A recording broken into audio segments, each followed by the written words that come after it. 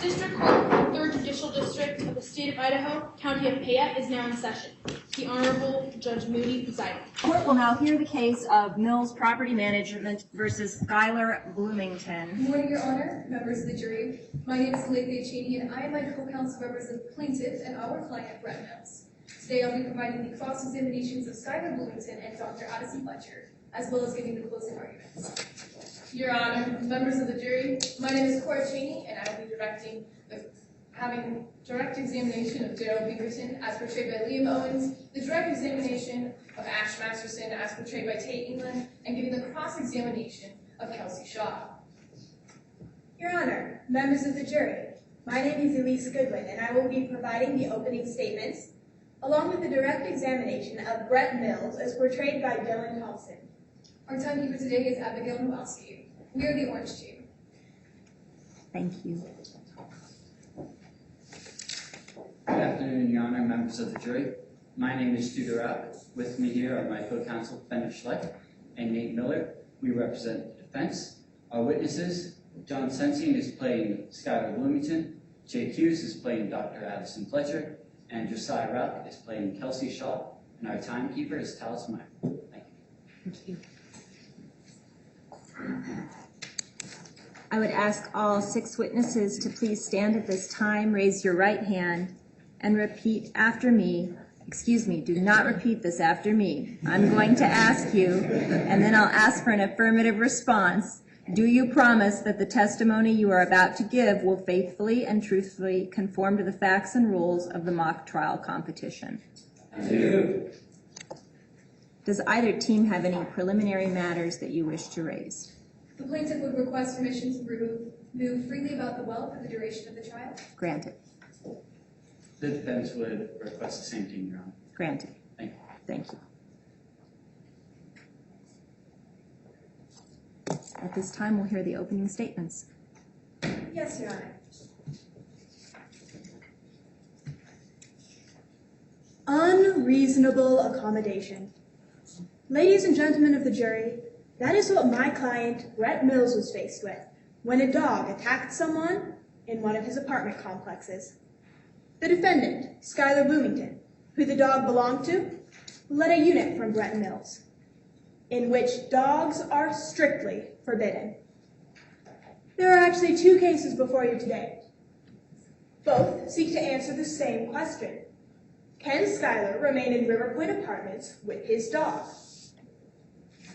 The first, brought by my client, Brett Mills, stems from the notice he gave Bloomington to either get out or remove the dog.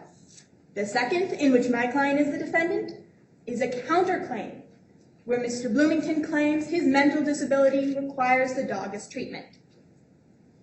Brett Mills is a 3rd-generation CEO of Mills Property Management, which seeks to provide clean, affordable housing to communities throughout southern Idaho. Mills will testify that he manages his apartments carefully in order to avoid costly repairs that could result in higher rent. In this case today, Mills' employee has been bitten, his property damaged, passersby threatened, and himself issued a citation, all because of one dog, Skylar Bloomington's dog. Bloomington had asked about having pets before, and when Mills refused to allow it, he hid a bird in his apartment anyways. Mills made him remove the bird, but this did not stop Bloomington. Sometime later, his court-ordered psychiatrist, Dr. Addison Fletcher, gave him a prescription for a companion animal. Defense witness Dr. Addison Fletcher is a strong advocate for companion animals. In fact, you will hear today, he never turns down anyone who requests a companion animal. Plaintiff witness Ash Masterson, the animal control officer, will tell you that the dog Skylar chose was dangerous and violated the city's ordinance. It was Masterson who cited my client as the owner of the property where the dog was kept. You will also hear from plaintiff witness Daryl Pinkerton, the apartment inspector, that Skylar's dog bit him and did extensive damage to Skylar's apartment. Brett Mills will explain that while he was willing to be reasonable about some of Skylar's other infractions, this dog must go. Bloomington makes several claims in his defense. As you listen to each of these claims today about a waiver, about discrimination, about a disability, and about accommodation, ask yourself, what hard evidence does he have for any of this? Mills will testify that he has an abiding commitment to his no pets policy and never issued a waiver. But we anticipate you will hear from both Skylar and his friend Kelsey that they tried to keep the dog a secret. In fact, you'll even hear from Skylar that she lied to Mills' face about owning a dog. We, the plaintiff, represent the landlord, Brett Mills. We must prove by a preponderance of the evidence that Skylar Bloomington violated a valid lease agreement and then refused to vacate or cure the violation. In the counterclaim, which I mentioned earlier, Bloomington claims that 1, he has a disability which Brett knew about. 2, he requested reasonable accommodation and Brett refused. 3, this dog is a reasonable accommodation. And 4, he cannot find housing elsewhere. The key question today, does the benefit to Mr. Bloomington outweigh the burden on Mr. Mills? This is the standard the defense must meet in order to prove their counterclaim. Meanwhile, we will provide evidence and multiple witnesses that Skylar's dog tore up her apartment, bit an employee, and caused Mills to get a citation. Ladies and gentlemen of the jury, at the end of this trial, we will ask you to find in favor of Brett Mills. Find that this dog is an unreasonable accommodation. Thank you. Thank you. Defense may make an opening statement. Yes, Your Honor. May it please the court. Good afternoon, members of the jury. We represent Skylar Bloomington. Now, Skylar has a disability called bipolar disorder. Because of this disorder, Skylar got a companion animal as treatment. But the plaintiff, Mills Property Management, denied Skylar that companion animal, which is not allowing a reasonable accommodation. Your Honor, counsel, members of the jury, refusing a reasonable accommodation is what the law calls discrimination. We must prove by preponderance of the evidence that the actions of Mills Property Management led Skylar to conclude that there was no problem with his dog on the premises. Now, Mills Property Management in this case is represented by the president, Brett Mills, the security guard, Daryl Pinkerton, and the assistant manager. We, the defense, must also prove that Mills Property Management refused Skylar a reasonable accommodation, because if they have, that is unlawful discrimination. Now, you will hear how in March of 2017, my client, Skylar, was referred through a court program to Dr. Addison Fletcher. Dr. Fletcher diagnosed Skylar with bipolar disorder. As part of the treatment, Dr. Fletcher also prescribed a companion animal. Now, Skylar's companion animal, a dog named Asta, has been the best treatment for Skylar yet and has helped Skylar get his life back. After Skylar brought the dog to his apartment, 2 employees of Mills Property Management knew of it and neither told him to get rid of it. On multiple occasions, the security guard, Daryl Pinkerton, saw Skylar and Asta walking around the complex together and never told him to get rid of it.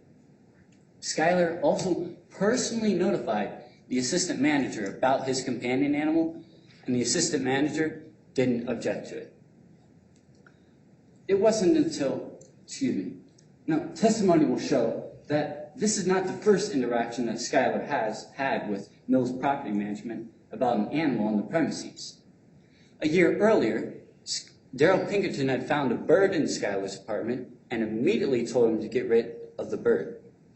But now, when no member of Mills Property Management told Skylar to get rid of the dog, he concluded what every reasonable person would conclude, that the dog was fine. It wasn't until 6 months after he got the dog that Mr. Mills changed his tune and told Skylar he needed to get rid of it. It was then that Skylar sent a second request for reasonable accommodation, along with documentation from Dr. Fletcher to Mr. Mills, but Mr. Mills denied Skylar that reasonable accommodation. We, the defense, will call 3 witnesses today. First, we will call Dr. Fletcher.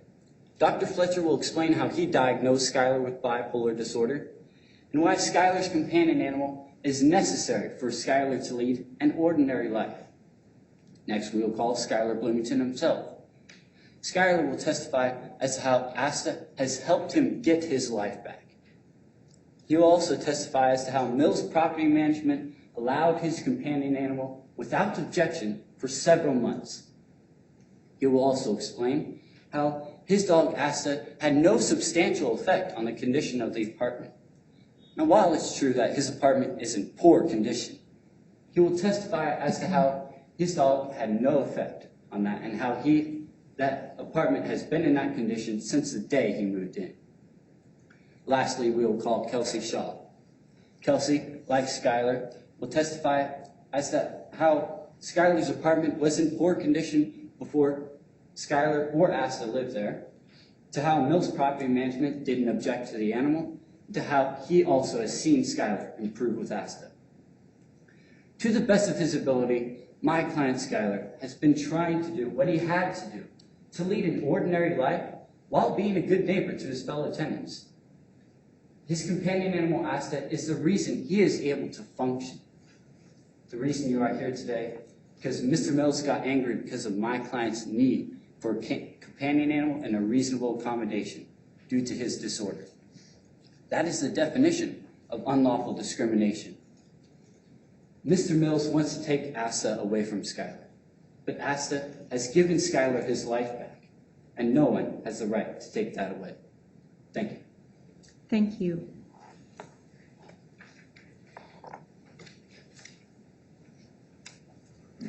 Whenever you're ready, you may call your first witness. Yes, Your Honor. The plaintiff calls Daryl Pinkerton to the stand.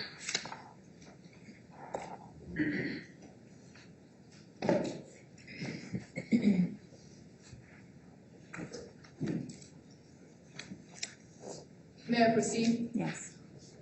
Please state your name and age for the court. Daryl Pinkerton. I'm 70. And what is your current occupation? Officially, I'm retired.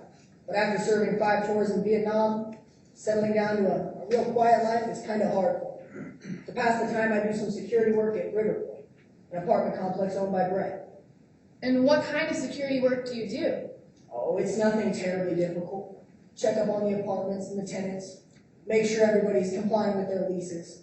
I do an annual inspection of each apartment and report all my findings back to Brett. So do you know the defendant, Skylar Bloomington? I do. Skylar's one of the tenants here. I've had several, you could say, incidents with Skylar in the past. Incidents with Skylar. What was the first of these? That would be, well, she'd been living here for 3 years, so 2016. Skylar started asking about having a pet bird. I told her the obvious. You can't have a pet bird at River Point. Our no pets policy really couldn't be any clearer. Then what do I find in my 2016 inspection of her apartment unit? Skylar had gone and gotten herself a bird. What did you tell Skylar regarding the bird? Told her straight up, the bird's gotta go. I reminded her of our no pets policy and made sure she got rid of the bird. Got some frosty looks after that. And when was this? Would have been October of 2016.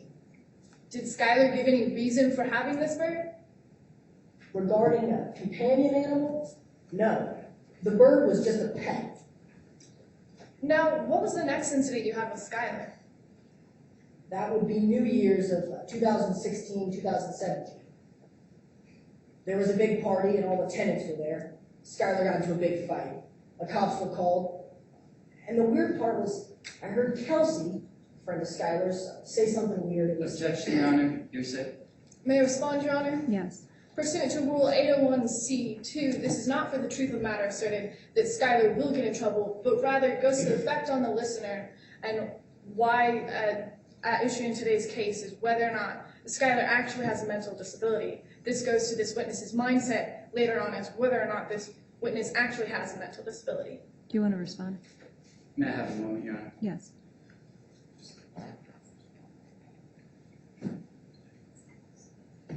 Your Honor, may I respond? Yes.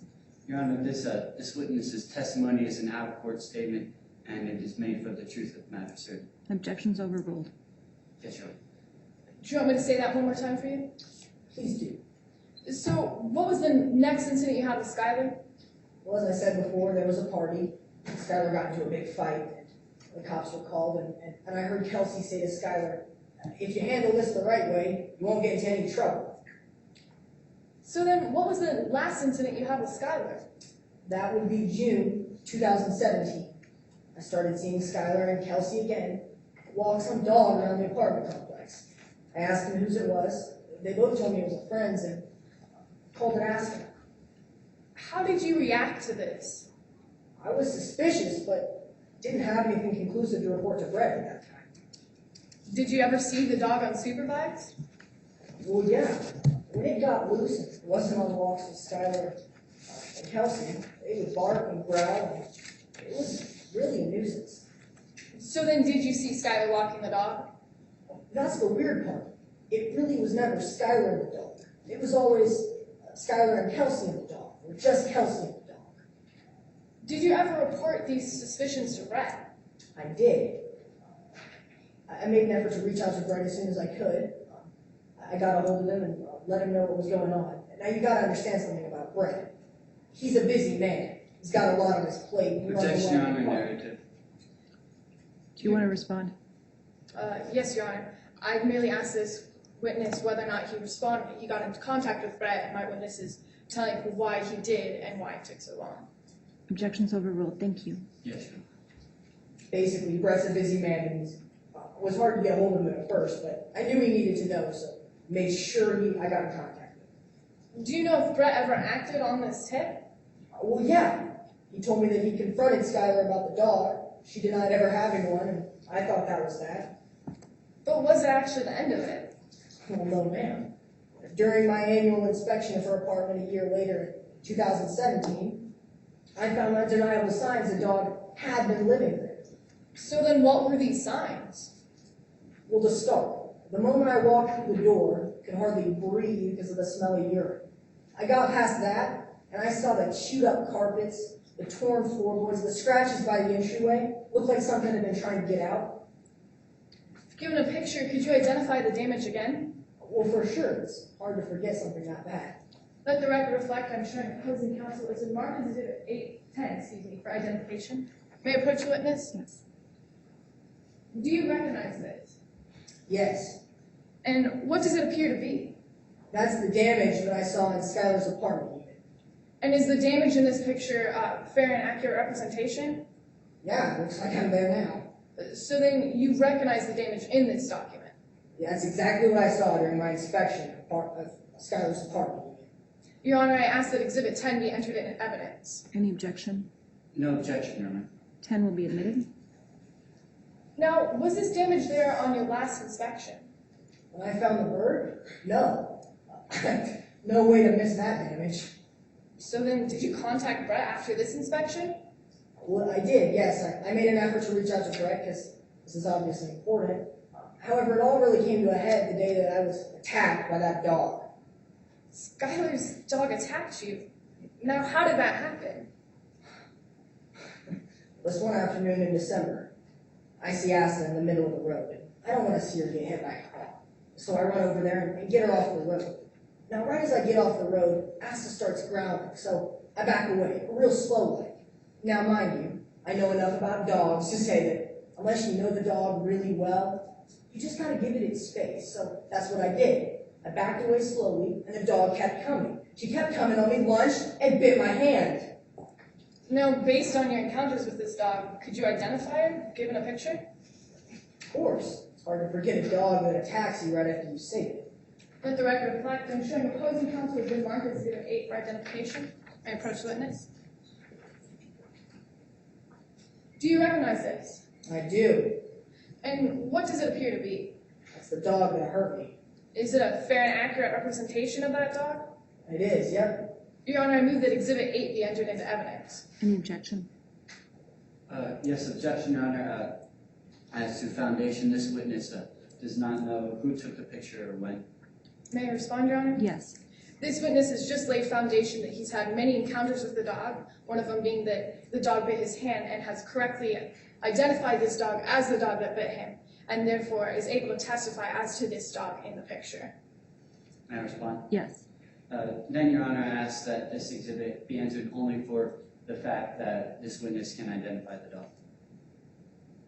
I'm going to admit Exhibit 8 as is. Thank you for the objection. Yes, Your Honor.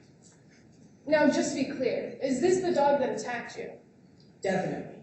Thank you, Your Honor. No further questions. Thank you. Cross-examination? Yes, Your Honor.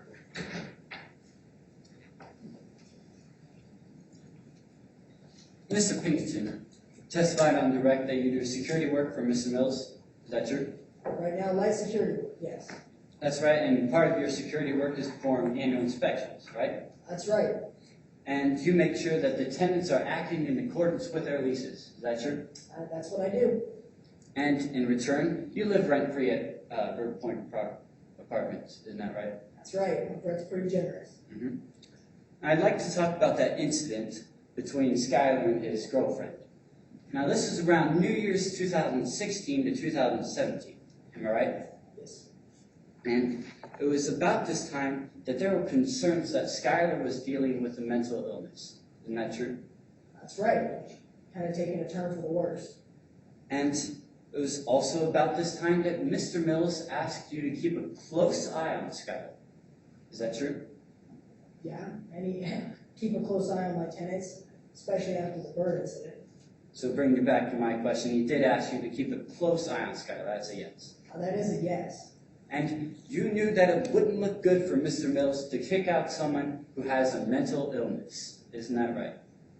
I would River Point seek to kick out someone like that. No, we kick out tenants that are in violation of our leases. My question was a little simpler than that. Simple yes or no.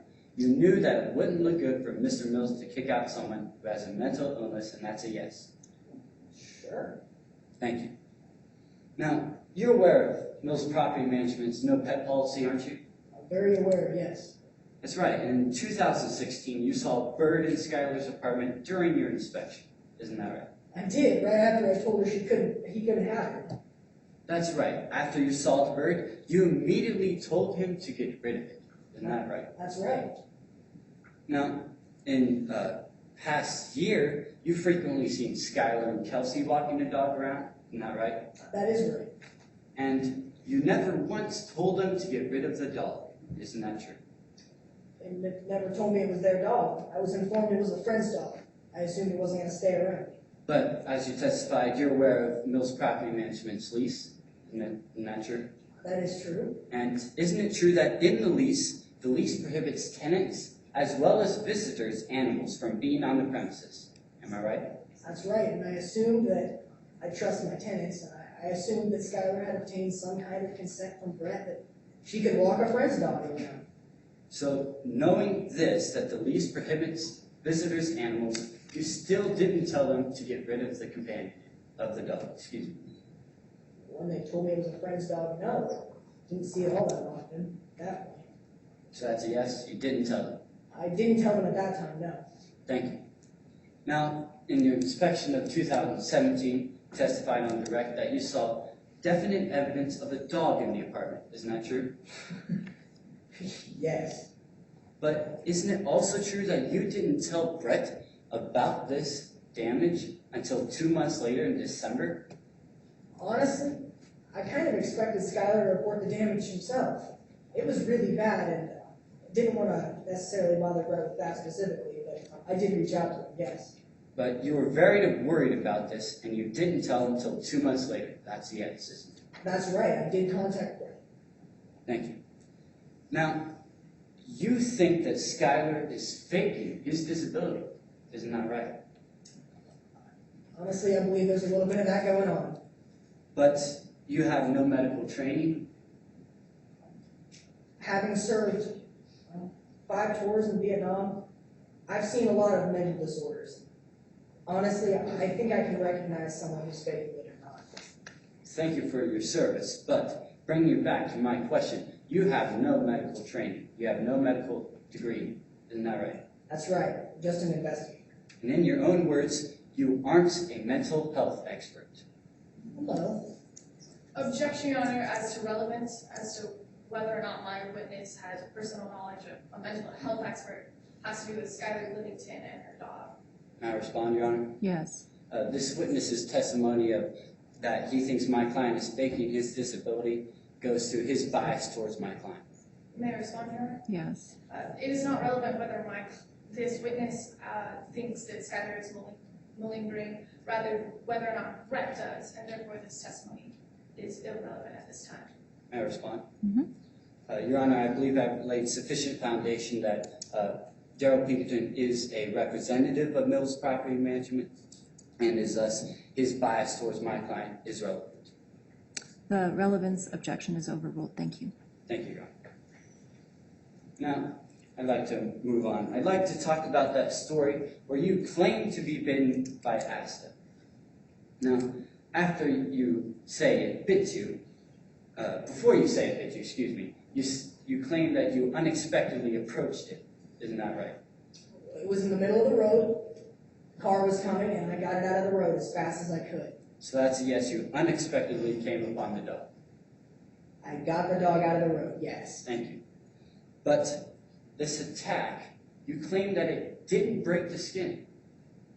Left a heck of a bruise, but no, I was lucky. Before this heck of a bruise, you didn't even need to go to the hospital. Isn't that right? What for?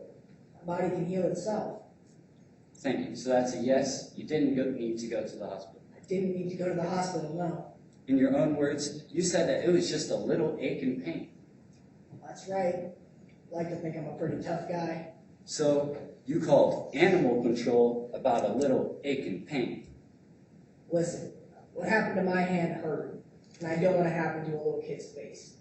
I understand you have a story, and that was very frightening for you. But bringing it back to my question, you called animal control about a little ache and pain. Isn't that a yes? Yes, a little ache and pain that could lead to a lot more hurt for other people. So after you called Officer Masterson, you talked with her in person over the phone. Isn't that right? I did, yes. Told her everything. That's right. You told her everything, except you didn't show her the bite in person, did you? No, I had things to do that day, and a phone call was sufficient. So no one else saw the bite but you. Isn't that right? Not that I'm aware of, no. And so by contacting animal control, you wanted a reason to get Skylar Bloomington in trouble. Isn't that right? Absolutely not, no. Thank you, Your Honor. No further questions. Thank you. Any redirect? Yes, Your Honor. Now, why didn't you tell Skylar and Kelsey to get rid of the dog as they walked it? They told me it was a friend's dog. I assumed it would go on its own. I'd like to trust my tenants at Riverview. Did you expect the dog to remain on the premises back in June? Absolutely not. So then, why did it take so long to tell Brett?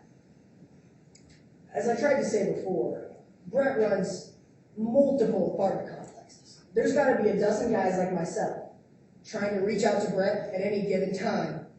It took a while to contact Brett, but I'm glad I did. Now, moving on, why did you call Ash Masterson?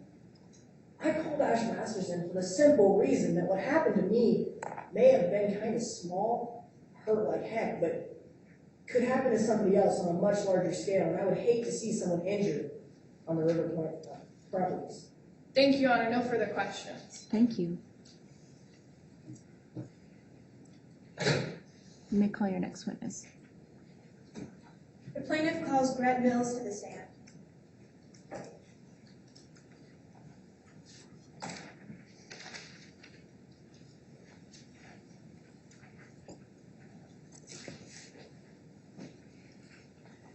May I proceed? Yes. Please state your name and age for the court. My name is Brett Mills. I'm 36 years old. What do you do for a living? Well, currently, I'm the CEO of Mills Property Management. It's been in the family for nearly, 3 generations now. What is Mills Property Management? Well, Mills Property Management owns and rents several low-cost apartments throughout the southern Idaho area. What do you mean by low cost? Well, it's not that our apartments are shabby. We keep them clean and safe. It's just that it's nothing that's going to be the latest and greatest of its kind. We provide affordable housing for our tenants, and that's what's important. How do you know the defendant, Skylar Bloomington? Skylar signed a lease agreement with us back in June of 2013. Let the record reflect I'm showing opposing counsel what has been marked for identification as Exhibit 1. Permission to approach the witness? Yes.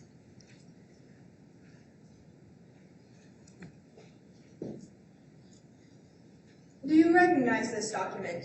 I do indeed, yes. What is it? This is the lease agreement Mr. Bloomington signed with us. It's the same lease agreement all of our tenants sign. Were you personally involved in the signing of this lease? Oh, certainly, yes. As part of my job as the CEO, I always sign the lease agreements. Is it a fair and accurate representation of one of your lease agreements? It appears to be, yes. Your Honor, I move to enter Exhibit 1 into evidence. No objection, Your Honor. Exhibit 1 will be admitted. Did Skylar break any terms of this lease? Yes, 3 of them actually. What were they? Well, the largest infraction was Article 13 of the lease. Would you please read the first sentence of Article 13? Why, certainly, yeah. No animals, birds, or pets of any kind shall be permitted, kept, or harbored in the leased premises without lessor's prior written consent. Okay, let's talk about the events leading up to your discovery that Skylar had broken the lease. Sure. What first clued you in that Skylar had an animal? Let's see. The first thing was when Daryl contacted me back in July that he had suspicions that Mr. Bloomington might be keeping a dog. Did you act on this? Yes, I went to Mr. Bloomington's apartment a little later to ask if he did have a dog. What was your encounter like that day? Well, I knocked on the door, and Mr. Bloomington did open up, but only a little bit. It was dark behind him as well, so I couldn't see inside either. Did you have a conversation? Oh, yes, I asked Mr. Bloomington if he had a dog, and he denied it soundly. Did you ever receive confirmation of your suspicions? Yes, I did. In the October inspection, Daryl did find proof of the dog, but I didn't find out about it until December, unfortunately. Did Skylar ever approach you with a request to allow this dog? No. The lease agreement clearly states that he would have had to contact me and not my agent. I never got such a contact, never granted an exemption, and honestly, I didn't even have an idea that there was a request for change. Did you ever give any other indication that you allowed this animal? No, absolutely not. What did you do about Skylar once you found out about her animal? Well, as soon as I knew that Skylar was indeed keeping an animal, I started the process of evicting Skylar. He had 3 days to get rid of the dog or leave the River Point Apartments. Now, to be clear, I'm not forcing Skylar to leave. I just need him to get rid of that dog. All right. Was finding Skylar's pet the end of your trouble? No. Unfortunately, I found out from the assistant manager later that day that we had received a citation. A citation? For what? Well, apparently I was cited for violating the dangerous dog ordinance, which makes absolutely no sense because I don't even own a dog. What could the results of this citation be? It's up to 180 days in jail and a $1,000 fine. Did you ever contact the on-site manager at River Point? I did. Unfortunately, I was forced to fire the assistant manager of the River Point complex. Why did you do that? Well, she was incompetent. I mean, look at this citation. It took her 10 days to get it to me, for crying out loud. Did you ever personally visit Skylar's apartment after issuing the eviction? Oh, yes. And let me tell you, it was a mess. I had a repair date actually drawn up on the apartment, and that was not a pretty number. Objection, Your Honor, relevance. Your Honor, this testimony is foundational in order to prove that the magnitude of damages done to this apartment was significant. This goes to the weight of the evidence that this dog is an unreasonable accommodation. Your Honor, may I respond? Yes. Stipulation 1 states that this is a bifurcated trial and that the amount of damages need not be proven and are irrelevant in this case. You want to respond? We are not using this testimony in order to prove the dollar amount of damages, but rather the magnitude, which is relevant in order to show that this dog is an unreasonable accommodation. I'll overrule the objection. Thank you. So you mentioned that you had a repair bid drawn up. Is this usual procedure? Absolutely. Whenever we have damage done to the apartments, we have a repair company come in and look at that damage. And then we usually file it away just in case it comes up again later. Let the record reflect I'm showing opposing counsel what has been marked as Exhibit 11 for identification. Permission to approach the witness? Yes. Do you recognize this document? Absolutely. What is it? This is the repair bid that we had drawn up on the apartment unit. Is it a fair and accurate representation of the repair bid you received? Yes, it does appear to be so. Your Honor, I move to enter Exhibit 11 into evidence. Your Honor, I would object to relevance and hearsay. Response? As to the hearsay objection, I would say that we have already laid foundation that this is a record kept in the regular course of business. Under Rule 8036, this is an exception to hearsay. As to the relevance objection, it is relevant in order to prove the magnitude of the damages, as mentioned earlier, which goes to the weight of the evidence that this dog is an unreasonable accommodation. I'm going to sustain the objection. So you mentioned that you visited Skylar's apartment. I did. As a man who has worked extensively with apartments, what in this apartment needed to be fixed? Basically, we're going to have to rebuild the baseboards, going to have to repaint the walls. We'll pull up all the old carpet and put in new carpet. In a sentence, we're going to have to overhaul the entire thing, so it'll be a lengthy and long procedure. What would happen in today, according to the lease agreement, what would happen if a part of it were ever invalidated? Well, actually, there's a survivability clause in the lease under Article 41, which states that even if a single article of this lease agreement were to be found invalid, the rest of the lease would still apply to Mr. Bloomington. You mentioned earlier that Bloomington broke 3 parts of the lease. What were the other 2? Well, for one, he caused us to get a citation, which is a violation of Article 22, and then he violated Article 10 by failing to notify us of the damages that occurred to his apartment. So were the citation and the damage your only concern with allowing this dog? Oh no, I thought it was only a matter of time before some sue-happy lawyer at the present company excluded came after us for that dog's aggressive behavior. No further questions at this time, Your Honor. Thank you. Cross-examination. Yes, Your Honor.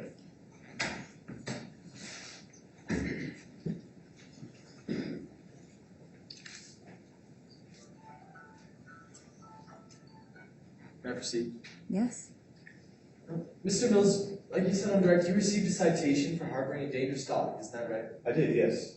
And this made you angry, didn't it? I did. So you called your lawyers, didn't you? We need to settle this in court, so yes, I did. You fired your assistant manager. I did. You wanted Asa out of that apartment, didn't you? I did. You wanted Skylar out of that apartment, didn't you? I did, yes. Now, in the past, you've called Skylar a special snowflake, haven't you? Well, she's always trying to get around the rules, so in a sense she thinks she is.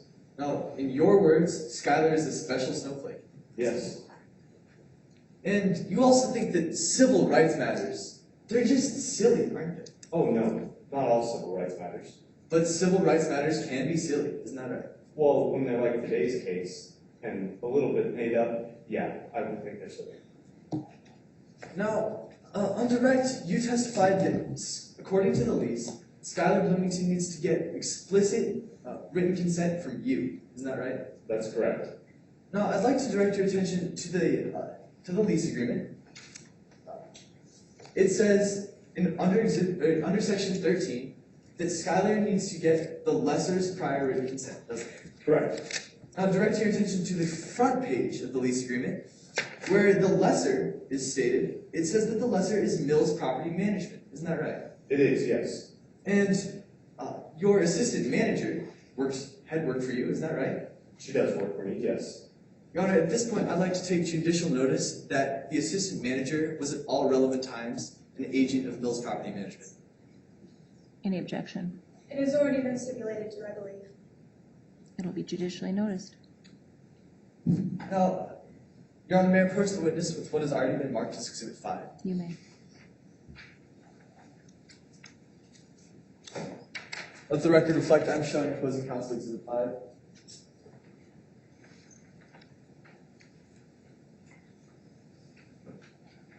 You recognize this, don't you, Mr. Mills? I do. This is a letter concerning Skylar Bloomington and a companion, isn't that right? It is, yes.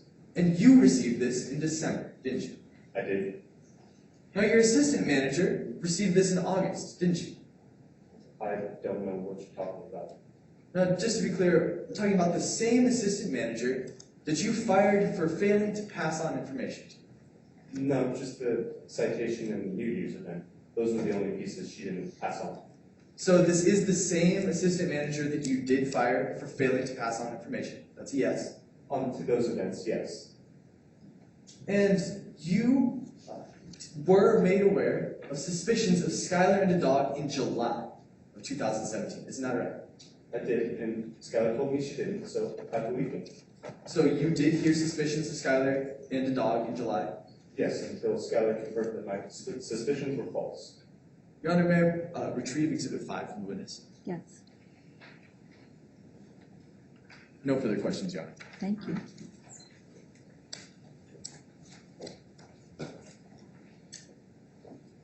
Opposing counsel mentioned the assistant manager. Why did you fire the assistant manager? Well, those two occasions were the two times that she screwed up in letting me know about things. Everything else she was good on, but we can't have that lack of communication between us and our employees. If Skylar were to have asked you for a reasonable accommodation, would you have considered it? Absolutely. The reason I didn't consider it this time was because the dog was aggressive and dangerous, and I can't have that in my apartment, that's for sure. No further questions. Thank you. Whenever you're ready, you may call your next witness. Yes, Your Honor. The plaintiff calls Ash Masterson to the stand.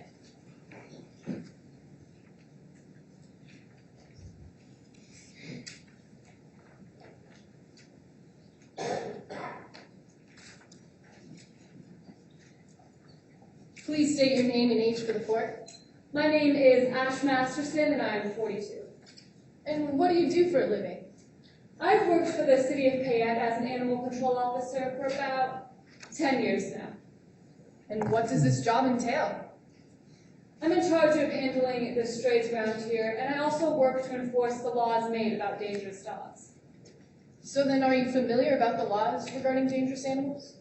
Yes, across the nation, legislators have found that certain dogs are a danger to society, either because of their breed or their record of attacking someone. Here in Payette, it is actually considered a misdemeanor to have one of these dogs. Can you explain to the jury then what the law classifies as a dangerous animal? Sure. It's pretty detailed, but there are basically two ways a dog can be considered dangerous, either because of its breed or because it has a history of attacking someone. In your experience as a dog catcher, have you ever encountered dogs like this? Yes, plenty. The most recent, I think, was December 18th of last year. So what happened that day? Well, December 18th, I was driving my usual route, keeping an eye out for strays, when I saw an unsupervised dog at River Point Apartments. So, as protocol, I pulled over and went to scan the dog with my RFID scanner. Were you able to trace the dog back to its owner? Yes, I was. I was able to trace it back to a Skylar Bloomington. And what did you do after scanning the dog? Well, since it technically hadn't violated the ordinance yet, I just went back to my office to report what I had found, just in case someone called back. And not even an hour later, someone did call back about the same exact dog. Can you explain to the jury then a little more about this call? It was from a man named Daryl Pinkerton. He was calling to report that he had just been attacked at River Point Apartments. What did you do after that?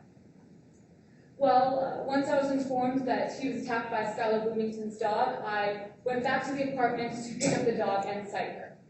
So were you able to cite the dog then? No, I was not. Skylar and the dog had left. I assumed that someone had tipped her off and they left, so I had to cite the property manager, Brett Mills.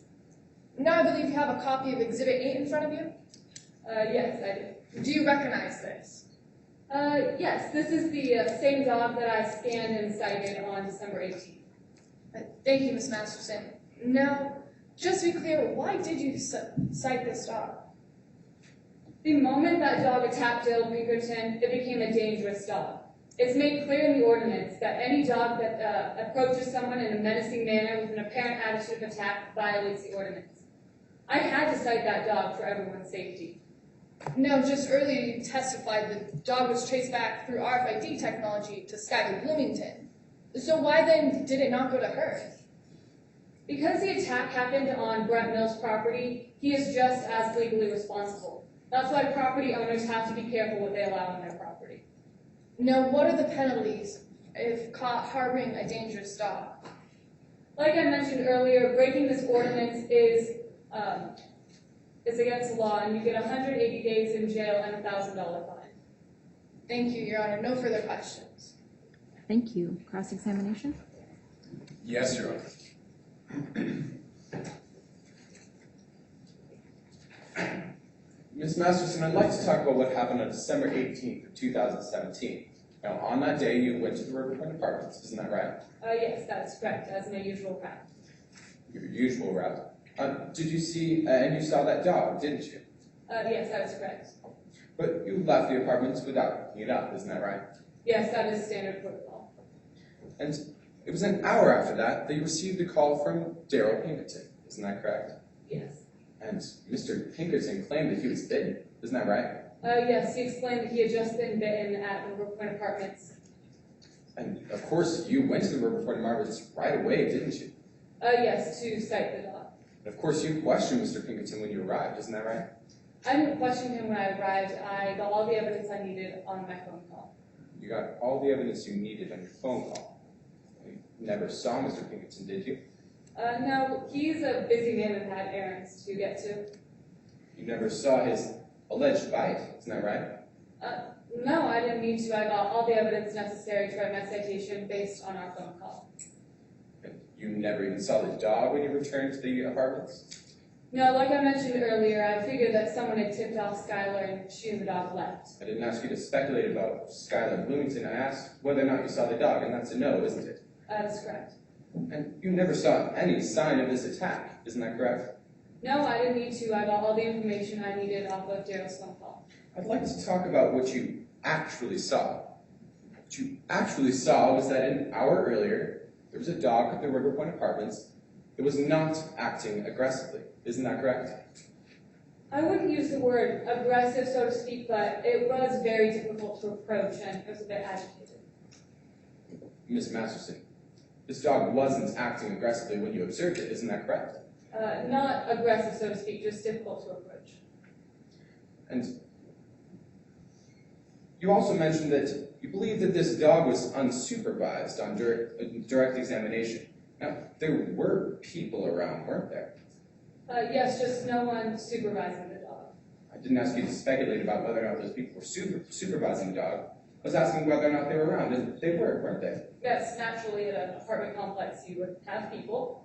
And the dog wasn't acting aggressively to them either, was he? Or was she? Not at that moment, no. So I'd like to talk about that citation that you delivered. Now, you wrote that to Brett Mills, isn't that right? Yes, that is correct. For harboring a dangerous dog. Yes, And you delivered it to the assistant manager, isn't that right? I did. And you nowhere on that citation is my client, Skylar Bloomington, mentioned. Isn't that correct?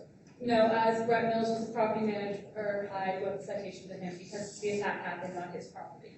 That's right. Now, you mentioned earlier that you'd gotten all the evidence you needed from that one phone call from Daryl Pinkerton. Now, the reason that the citation wasn't written for Skylar Bloomington was because you didn't have enough evidence from that single call from Pinkerton. Isn't that correct? From that single call, I knew that there was a dog attack on Brett Mills' property, and therefore that was a violation of the ordinance, and I needed to write a citation. Ms. Masterson, I didn't ask you about that. I was asking whether or not you had enough information based on the one phone call to write a citation for Skylar Bloomington, and you didn't, did you? No, because Skylar was not at the apartment complex when I arrived. So the only evidence that you have that this attack ever took place was that single phone call. Isn't that right? Yes, that's all I need. Thank you, Your Honor. No further questions.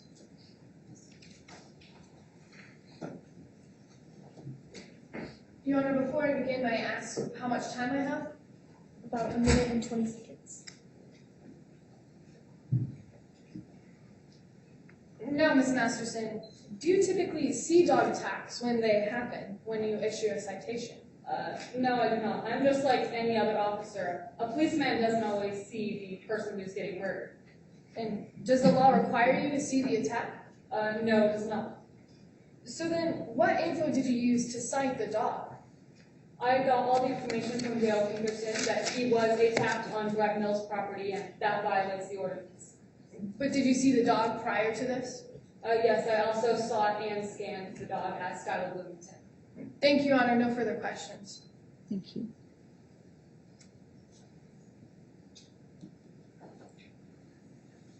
Does the plaintiff have any additional evidence at this time? The plaintiff rests, Your Honor. Thank you. The plaintiff has rested. The defense is free to present its case. Yes, Your Honor. The defense would like to call Dr. Addison Fletcher to the stand.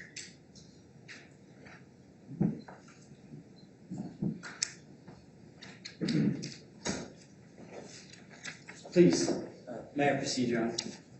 Please, state your name for the court. I am Dr. Addison Fletcher. What is your age? I'm 53, but people tell me I don't look a day over 40. What do you do for a living? Well, I'm a licensed professional counselor in the city of Payette, Idaho. And what do you do as a professional counselor? Well, it means I get to work with certain individuals and groups in treating mental or behavioral problems, that sort of thing. What is your related training? Well, I went to Emory University in Atlanta, Georgia. I did over 3,000 hours of postdoctoral training, and I also passed the National Counselor's Exam. Do you have any other titles? I do indeed. I am a nurse practitioner and a doctor of psychology. So what does being a nurse practitioner and doctor of psychology mean you can do? Well, I specialize in providing higher levels of care for patients, such as prescribing medicine, and I perform tasks that typical nurses are not licensed to do. Do you have any other areas of expertise? Yes, I have taught seminars across the nation on the topic of using companion animals, and I'm considered one of the lead experts in the subject. Have you authored any medical publications? I have. I wrote The New Frontier, Animals in Medicine, which was published in the Journal of Clinical Psychiatry in 2009. I also wrote What Your Animal Can Do For You, which was published in Psychiatry Today in 2011. Have you ever testified in court before? No, actually. This is my first time. Now, are you acquainted with the defendant, Skylar Bloomington? I am indeed. How? Well, I've been working with Skylar when he's dealing with his depression. Since when have you been working with Skylar? Ever since March 27th of 2017. So, how did you come to be working with Skylar? Well, Skylar was referred to me through a mental health work program, so that's how I started working with him. And what did you do when he came to you? Well, the first thing I did is I evaluated him to see if he was truly mentally ill. See, in my field, we have a term known as malingering, which means an individual will fake an illness to gain some sort of advantage, like money or drugs, or to avoid incarceration for a crime. So the first thing I did is I wanted to see if Skylar was malingering. And what was the result of your test? It turns out that Skylar's not fabricating his illness. This is no Twinkie illness. And what illness was he dealing with? Well, after further evaluation, I concluded that that illness was bipolar disorder. Now, in your medical profession, what is bipolar disorder? Well, bipolar disorder, it's also known as manic depression, is a serious mental condition that causes serious mood swings, mood shifts in mood, energy, thinking, and behavior, from the highs of mania on one extreme to the lows of depression on the other. But what distinguishes these mood swings from normal ups and downs? Well, these mood swings are so intense that they interfere with the individual's ability to function in a normal life. I mean, he might impulsively quit his job, charge up huge amounts on his credit cards, or feel rested after sleeping 2 hours. And on the flip side, on the depression side, he might not be able to get out of bed in the morning, filled with self-loathing and hopelessness, and sadly, occasionally, some thoughts of self-destruction and suicidal thoughts. Are you familiar with the treatment of bipolar disorder? I am. What are the methods of treating it? Well, there are 3 ways to treat bipolar disorder. There's medication, psychotherapy, also known as talk therapy, and emotional support animals. So, after you diagnosed Skylar, what was the next step in your work with him? Well, that would be the treatment. And what did you treat him with? We first did the medication and the psychotherapy. What were the results of the medication and psychotherapy? Those, unfortunately, proved to be unsuccessful in treating Skylar's symptoms. So what did you do when those were unsuccessful? Well, we took the next step and added to the cocktail of treatments, if you will, the emotional support animal.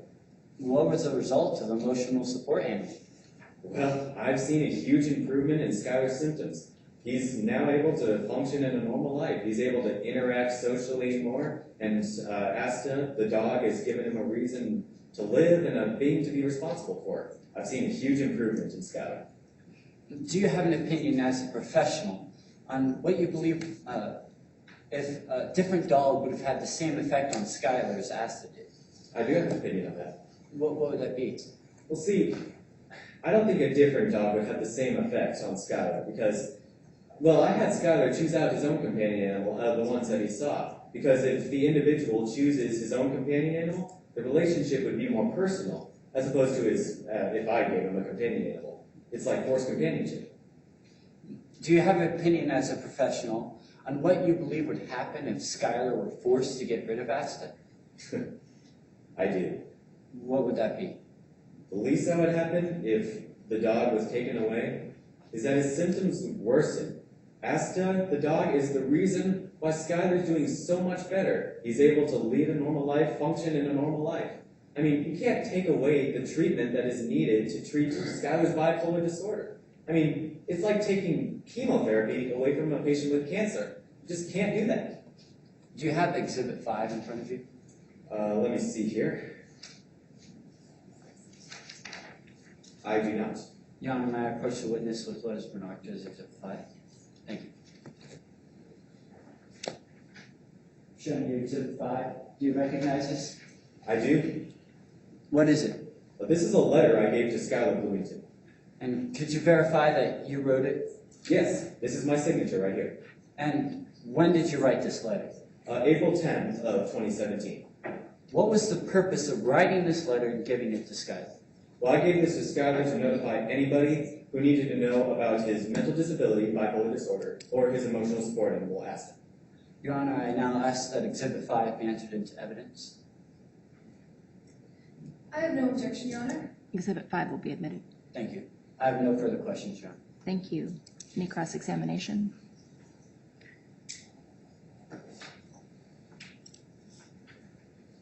May I proceed? Yes. Now, on direct, you just talked about a test you used to help diagnose Skylar Bloomington's mental disorder. Now, this test is only 77% accurate. Isn't that the case? Are you talking about the structured interview of reported symptoms? Yes, the structured interview of reported symptoms is only accurate 77% of the time. Isn't that the case? Yes, and in fact, that's a high reliability rate. That's why I use it so much. It has a high reliability rate. So that number you just gave me right there means that this test could potentially misdiagnose 1 in every 5 patients. Isn't that right? It's unlikely that it would fail to show that. But the number you gave me would indicate that 1 in every 5 patients would be misdiagnosed. Isn't that right? I'm not a math expert, but I believe that's right. Your Honor, at this point, I'd like the courts to take judicial notice pursuant to Rule 201 of facts of mathematical certainty that a 77% misdiagnosed rate would mean that it would roughly misdiagnose 1 in every 5 patients. Do you want to respond? No, Your Honor. All right. I will, at this time, decline, but I appreciate the request. Yes, Your Honor. Now, as you talked about earlier on directs, you often see patients coming to you faking mental illnesses to get a diagnosis they want. Isn't that right? Yeah, I've had some cases We call it malingering. We've had some cases where there have been malingerers. That's right. And within your community, you are known as someone who's a strong advocate for companion animals. Isn't that the case? I am a huge supporter of using companion animals. I've seen their efficacy play out in every single case where I prescribed a companion animal to an individual. That's right. And the community in Payette is aware of this practice of yours, are they not? I believe so. Now, I'd like to talk to you about how you met Skylar Bloomington. You knew that since Skylar came to you through the mental health court system, she could serve reduced time by getting a diagnosis from you. You knew that, right? Could you repeat that? Since Skylar Bloomington came to you through the mental health court system, you knew she could serve reduced time by getting a positive diagnosis of having a disability. Isn't that right? I was aware of that, yeah. Thank you. You also mentioned on Direct the research you conducted on companion animals is quite extensive, is it not? Absolutely. You're rather proud of the extensive research you've done in the field, isn't that right? Well, I would say I'm proud of it, yes. In fact, you have done this research on the effects of companion animals using your own patients as test subjects. Isn't that the case? My test subjects were used as research. That's right. When you wrote that letter to Skylar Bloomington, you never specified what sort of an animal she should get. Is that right? Well, I left it to Skylar to choose the companion animal.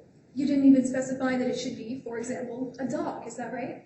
Well, no, I left that to Skylar. Well, dogs have been proven to have a higher success rate, but... Well, let's look at that. Traditionally, companion animals aren't usually used as a treatment for bipolar disorder. Isn't that right? Well, I mean, emotional support animals are used for bipolar disorder. But this is a fairly new, recent experiment, isn't that right? I believe so. In the past, medication and psychotherapy have been all that's been used to treat bipolar disorder. Isn't that right? Yeah, and thanks to my research, we can add emotional support animals to the cocktail of treatments. And you are an advocate for even those dogs considered dangerous by Payette City law to be used as companion animals. Isn't that the case? Could you repeat that? Sorry. You would advocate for breeds of dogs considered dangerous by the law to be used as companion animals. Isn't that the case? I cannot imagine a time where a dangerous dog could be used as an emotional support animal. You are aware that certain breeds of dogs by law are considered illegal to have in the Payette area. Is that correct? I am aware of this. I believe it's in the bully breed ordinance, so-called bully breed ordinance. And as a medical professional, you are perfectly all right with any of those breeds being used as companion animals. That's a yes. Well, I mean, like I said, it's a case-by-case basis. I mean, if one dog is, dangerous, doesn't mean the whole breed is dangerous. But it would be permissible under your opinion. You could say. Now, and you started seeing Skylar Bloomington on March 27th. Is that correct? I've been seeing Skylar since March 27th of 2017. I'd like you to look at that letter you wrote for Skylar one more time. Would you please read the date on that letter to the court? April 10th of 2017. So you wrote this letter approximately 2 weeks after you began seeing Skylar Bloomington, isn't that right? Sounds right. Now, you have no problem diagnosing a companion animal for any one of your patients, isn't that right? Well, yeah, like I said, I've seen their success shown out in every single case I've prescribed a companion animal to. That's right. I expected the same result as all the other ones. And that's exactly why you've never turned down a request for a companion animal. I have never turned down a request for a companion animal for the reason I mentioned. And all a patient would have to do to get one of those animals is ask you, isn't that right? Well, I suppose. No further questions. Can you redirect? Yes, sure.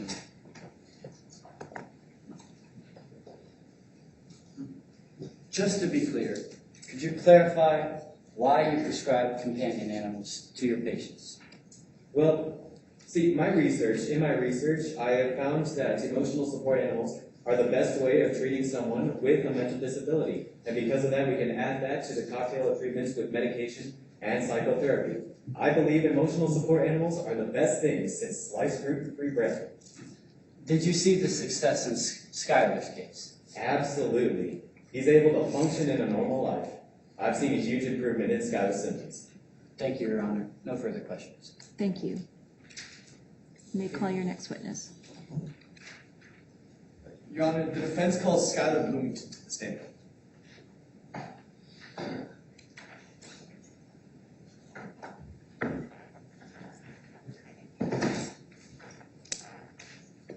May I proceed? Could you please state your name? Skylar Bloomington. How old are you, Mr. Bloomington? I'm 26. Where do you live? I live at River Point Apartments in Payette. How long have you lived there? About 4 years now. Can you describe the condition of your apartment there? Yeah. Honestly, it's pretty bad. It's kind of trashed. I believe Exhibit 10 is in front of you. Yes. Can you show that to the jury? Yes. Is that an accurate depiction of your apartment? Yes, it is. Can you describe that damage to the jury? Yeah, as you can see, there's paint peeling and the carpet's all ripped and the stuff floors are ruined. It's in really bad condition. And how long has that damage existed in your apartment? It's been there ever since I moved in. Dr. Fletcher just testified that he diagnosed you with bipolar disorder. Is that true? Yes. And how long have you had bipolar disorder? Well, I was officially diagnosed at the beginning of 2017, but I've been struggling with depression nearly my whole life. Can you describe what it's like to have had bipolar depression for most of your life?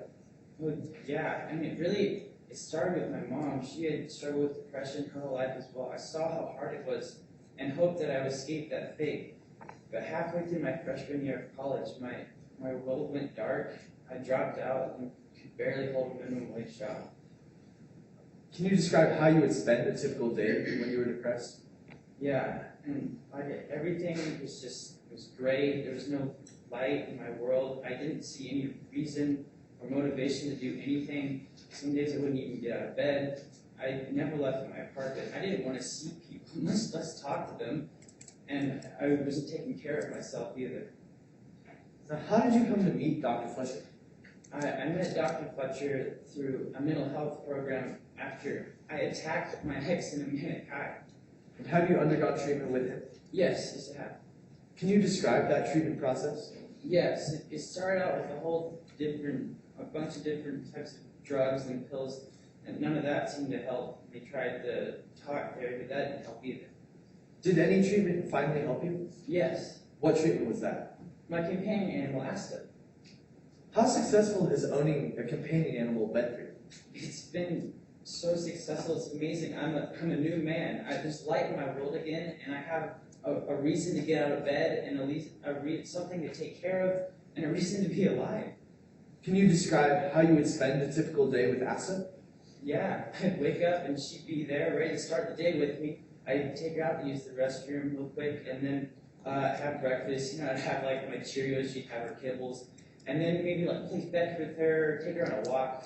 Maybe go visit Kelsey and let Asta play with Kelsey's niece. The two of them are just so cute together. And then just kind of see what the day had. Maybe curl up on the couch and watch some TV and take her out one last time before bed. No. When did you get her? I got Asta in June of 2017. And what kind of dog is she? She's a boxer. Did the breed of the dog matter when you got her? To the extent that I didn't want to be in violation of Payette City Code. How are you sure that you didn't violate this code? Well, I was told that it was a boxer, and so I believed it was. Now, you had also mentioned that you tried pills and psychotherapy. Why didn't you try to get a dog as one of the first steps in your treatment? Well, I was hesitant to get an animal at first because of my lease's no pet policy. I had a bird before, and that didn't go very well. Can you describe that bird situation? Well, yeah, like I said, I had a bird in my apartment, and all that resulted in was Daryl getting mad at me and forcing me to get rid of it. So, if you'd had the bird before, why did you decide to get the dog now? Well, it was my understanding that since a doctor prescribed it, I wasn't in violation of my lease. No. Brett Mills testified that he had an interaction with you concerning the dog. Is that true? Yes. When was this interaction? This was in July. Can you describe that interaction? Yes, I was in my apartment when he starts banging on my door and demands me to open up. And when I do, he's livid. He's yelling at my face, demanding to know whether or not I have a dog. And how did you respond to him? I lied. Mr. Bloomington, why did you lie? I was just so flustered and confused. I'm scared. I honestly thought he might attack me if I told him that I had one. So did you ever tell someone at Mills Property Management that you did have a dog? Yes. And who was this? The assistant property manager. When did you tell her? A month later in August. Can you describe that interaction? Yes, I gave him the letter I received from Dr. Fletcher explaining why I need Asta for my disorder and told her that I had Asta in my apartment. I believe you have Exhibit 5 in front of you. Yes. Is that the same letter that you gave to the assistant manager? Yes, it is. Now, did you ever have any interaction with Daryl Pinkerton about the dog? Yes. When was this? In October during his annual inspections. Can you describe this inspection? Yeah, when he was doing his inspection, he was also became livid and started yelling at me how we're not allowed to have dogs. And how did you respond to Mr. Pinkerton? Well, I tried to explain why I need Asta for my disability and tried to give him this letter from Dr. Fletcher. And how did he respond to that? Well, he wasn't having any of it. He said he was going to go straight to Brett Mills. Did you ever hear back from Brett Mills? No. Did you ever hear back from Daryl Pinkerton? No. Now, we know that you got an eviction notice in December. How did you respond to this?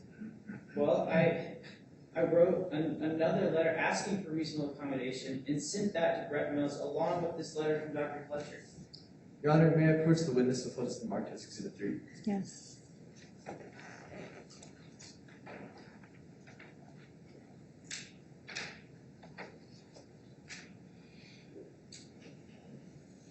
Do you recognize this, Mr. Bloomington? I do. What is it? This is the request asking for reasonable accommodation I wrote.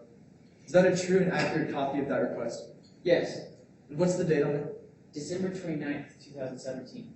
Your Honor, I ask that Exhibit 3 be entered into evidence. No objection, Your Honor. 3 will be admitted.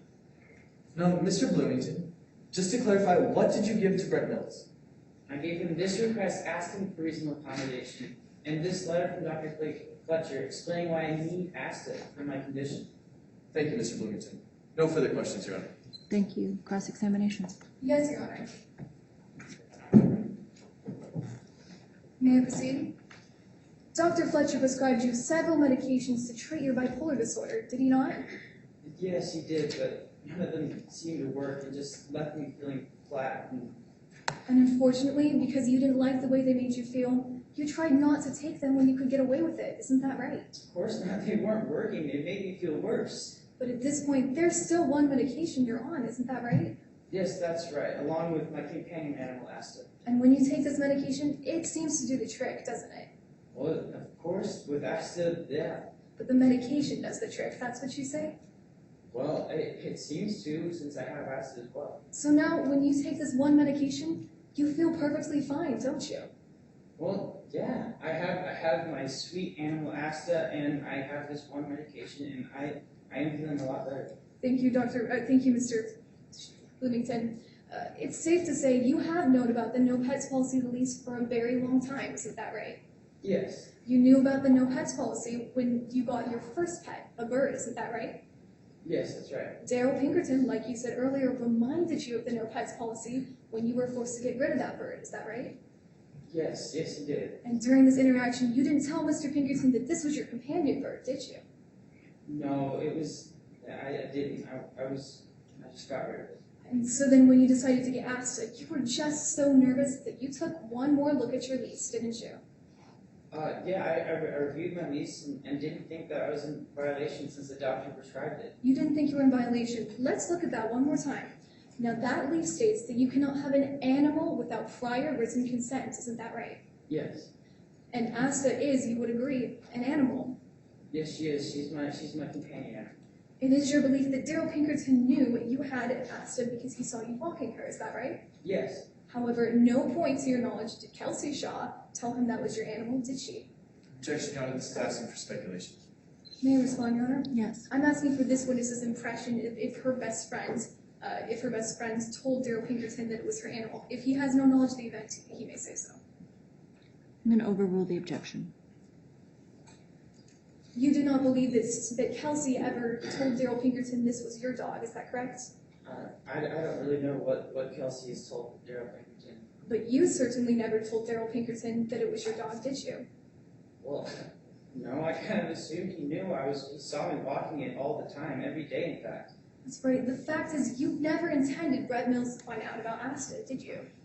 Well, I informed the assistant manager that I had a dog, and I assumed that she would take care of it, and I Mr. never. Bloomington, you tried to train Asta in case Brett Mills found out about her. Isn't that right? Well, of course, I wanted her just to be as sweet as could be. But that was your motivation in training Asta in case Brett found out about her. Isn't that right? Well, no, I wanted her just to be the sweetest and most best companion animal for me. So is your story today that you didn't train Asta in case Brett ever found out about her? Well, I mean, that would help, but like that wasn't the main reason. Let the record reflect, I'm showing opposing counsel what's been previously marked as this witness affidavit. May I approach the witness? Do you recognize this document? Yes, Is this your witness affidavit? yes, it is. I don't, it's all of it, I don't see my signature. Does this your signature on the back don't seem to be truthful and accurate? Yes, it is. Now please read alongside with me as I read aloud from line 77. Objection, Your Honor. Witnesses' sworn statements may only be used if there's been a prior inconsistent statement, and everything that my witness has stated is consistent with the part of the statement that opposing counsel is about to listen. Your Honor, this witness has just made a statement that only part of the reason he trains his dog was in case Brett Mills ever found out about her. And in his statement, he states that is the sole reason. If counsel would wish to address that on redirect. Your Honor, may I respond? You may. This does not state that it is the sole reason. So everything that my witness has stated is consistent with his statement. I appreciate the objection. I'm going to allow her to proceed. Yes, Your Honor. Please read silently as I read aloud. I wanted to make sure Asta is a well-behaved dog. I wanted to make sure that if Brett and Daryl found out about her, I could prove that she would not cause any trouble or do any damage. She was well-behaved when I got her, but I took her to training classes, teaching her to obey voice commands, heel, stay, etc. Did I read that correctly? Yes, that's right. I also want to make sure Asta is a well-behaved dog. But you never intended Brett Mills to find out about your dog. I mean, like I said, I told the assistant manager, and Daryl knew, but No, despite your very best efforts, Brett Mills came to you and asked if you had a dog. Isn't that right? yes, that's right. And you knew Brett Mills was your landlord. Isn't that right? Yes, And you also knew, and so then right there, in the moment, you lied to your landlord. Is that what I'm saying?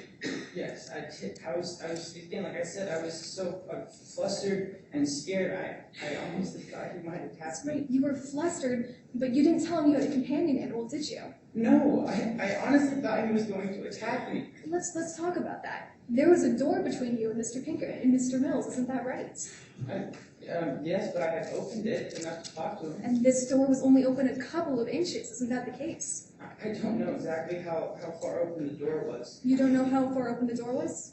I mean, I just opened it enough to talk to him. That's right. And during this interaction, Brett Mills didn't try to push his way through that door, did he? No, but he was livid and yelling, and I thought He didn't probably push you, would. and he made no physical threats against your person, did he? No, because but I thought if I had told him that he would. And when you told him you didn't have a dog, Brett Mills just left, didn't he? Yeah, he did. And I'm so thankful. I was so scared at the time. Mr. And I Mills. realized that wasn't the right thing to do, and that's why I told the assistant manager. Mr. Mills did not demand to search your department, did he? No, he didn't. He didn't give you an eviction notice, did he? No. Thank you. Following this event, you did not go back to Mr. Mills once you'd calmed down to clear the whole thing up, did you? No, I went straight to the assistant manager to tell her everything about the situation and that I It's had your asked- story. It's your story that you did this because you thought he'd be angry. Isn't that right? Yes, and I wanted to do things by the book. I realized that I needed to. I realize you have a story to tell, but I'd like you to be redirected to my question. You thought Brett Mills would be angry if you had a dog, yes or no? Well, at the time, yes. And so you went to the assistant manager in August. That's the correct time frame, is it not? Yes, of course. I realized I need to do things by the book. So you've had your dog now for 2 whole months, isn't that right? That's right. And the assistant manager did not give you a note granting written permission for Asta, did she? She never gave me written consent, no. So to this day, you do not have written consent as required by your lease. Is that the case? Not written consent, no. No further questions. Thank you. Redirect? Yes, Your Honor.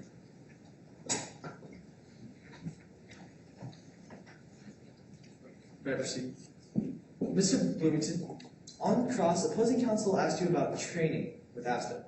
Why did you train Asta? Well, like I said, I just wanted her to be as sweet as can be and to be the best and most well-behaved companion animal. Were there specific classes that you went to help train Asta? But yes. What were they? Well, I took her to different obstacle courses and stuff that really grounded me in the moment so I could focus on what she was doing and taught her basic commands like I said, like heel and stay and sit and she was so golden. Thank you. No further questions, Your Honor. Thank you. Thank you. Whenever you're ready, you may call your next witness. Defense calls Kelsey Shaw to the stand.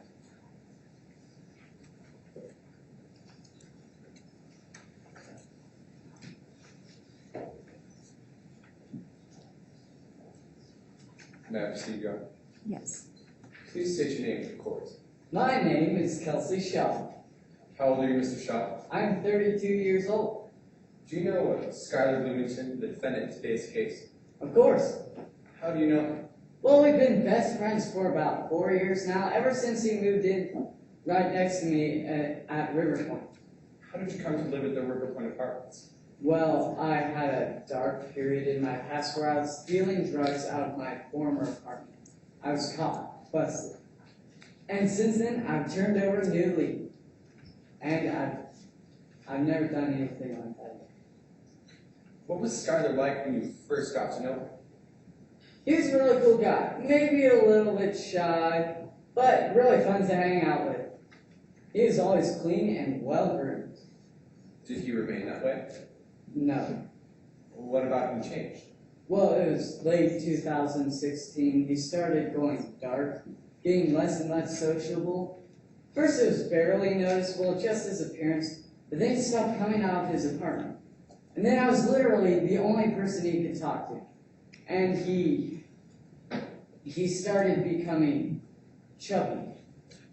We've heard testimony today that there was an incident at the New Year's Eve party of 2016. Were you present at that incident? Yes, I was. Please tell the jury what you observed. Well, me and Skylar's girlfriend, Chris, were hanging out right outside of my apartment, when all of a sudden this guy comes out of nowhere and knocks Chris down. He starts going after her when I grab onto him. I turn that guy around, and it was Skylar. Shy, timid Skylar. We've heard testimony from Dr. Fletcher that it was around this time that he diagnosed Skylar with this bipolar disorder. Are you aware of what treatment Mr. Bloomington received? Yes, I am. What was that treatment? It was a companion animal, a dog named Asta.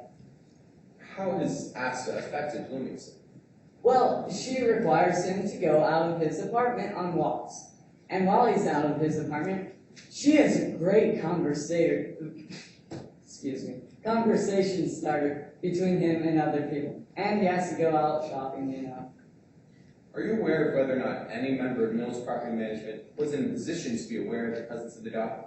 Yeah. And who was that? Daryl Pinkerton has always seen when Skylar or I have taken the dog on walks. How long have you been walking Asta around the apartments? It's been about 8 months. During any of these walks, did Mr. Pinkerton ever indicate to you that the dog wasn't allowed on the property? No. Mr. Pinkerton also testified earlier that Asta has bitten him. Have you had a chance to observe Asta's behavior? Yes, I have. And what kind of a dog is she? She is really sweet. She doesn't have a vicious bone in her body. In fact, I even have a picture of my niece sleeping next to that dog. And I would not let anything I consider to be remotely dangerous next to my niece. I believe you have that picture at Exhibit 8 in front of you. Please show the jury and briefly describe it. This is my niece and the dog. They're adorable. I'd like to talk about the apartments at River Points. Of the apartments you've observed, what sort of condition were they in? Terrible. Please explain that a bit more. Well, there is a strong odor of mildew because it's everywhere, and the subflooring and flooring are coming apart, and the paint is peeling off the walls. You had a chance to observe Skylar Bloomington's apartment? Yes, many times. What condition was it in? The average River Point apartment, disgusting. I believe that you have Exhibit 10 in front of you, which is already been mentioned evidence. Have you seen that damage in Skylar's apartment? Every single time I walk them. Please show the jury and briefly describe it. As you can see, there's mildew and the flooring and subflooring coming apart and the paint peeling. And you can't see the odor, but it's there. When did you first see that damage in Skylar's apartment? When I was going into his apartment, first time meeting him, getting to be friends. What year was that? 2013. Thank you, Your Honor. No further questions. Thank you. Yes, Your Honor, but before I begin, may I request how much time I have? About 9 minutes and 30 seconds. Now, Mr. Shaw, before 2016, Skylar's alleged disability wasn't that noticeable, isn't that right? There are a few outbursts, but nothing as dramatic as the New Year's Eve incident. And after the 2016 incident with Chris, Skylar was back to her old self, wasn't she? He's a he. Excuse me. Understandable. He was more like his old self, but he was definitely closed in, super embarrassed because of what he had done. So is that a yes? Yeah. Now, you only found out that Skylar was seeing a mental expert after he came home from jail on probation, isn't that right? That is correct. And this was all months before he got ASTA, correct? Yeah. Now, I believe you have a copy of Exhibit 8 in front of you. Most likely. Oh, yeah. And you just testified that this is ASTA, correct? Yeah. Your Honor, at this time, I would ask the court to take judicial notice that each party has correctly identified the dog in the picture as ASTA. Response? No objection, Your Honor. All right, I'll judicially notice that fact based on the lack of objection. Now, when Skylar first showed you the letter from Dr. Fletcher, he didn't even want a dog, did he? Yeah, he did not want an incident like the bird again. And you convinced him to get that animal, correct? Yeah, that's right.